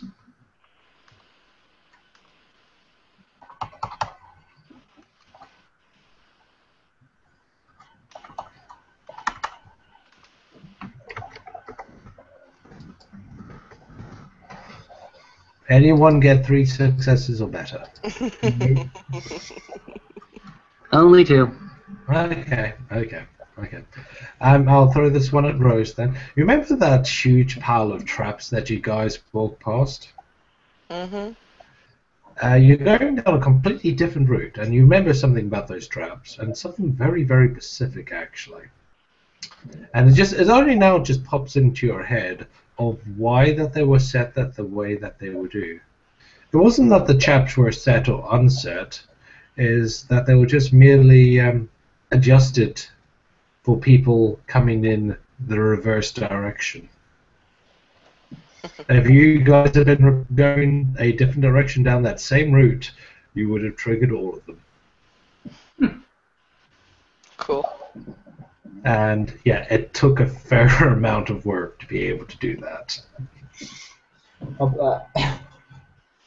I'll even throw, because you got like a fuck ton of successes, a lot of those traps have more than one way to set them off. Like, most of them have about 3 different triggers. Because you got like huge amounts of successes, I'll give you that. Either way, you get led down a completely different route. Mr. Silas, going up, down, left, right. You still end up in Narnia, but by a completely different means, in a completely different bolt hole. Mm-hmm. Well, here you guys go. Thanks for the storage, man. Much obliged, Mr. Silas.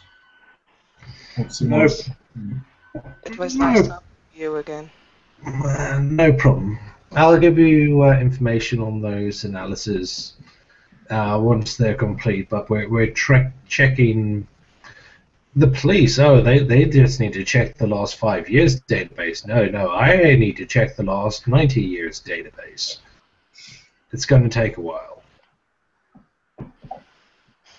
Understood. Very well. I'll let you know what I got when I got it. Well, good luck on your next few days, Mr. Silas, and I guess we'll see you soon. Well, same to all of you. We'll update you as and when, of course. Good evening, Mr. Silas. Have a pleasant evening. I hope your business goes well. And with that, shall we call it end of scene? Mm-hmm. Yeah, just one thing that I really wanted to put in here. As we all part ways, Rose will just look at Frank and she'll ask him, "Did you find your egg?"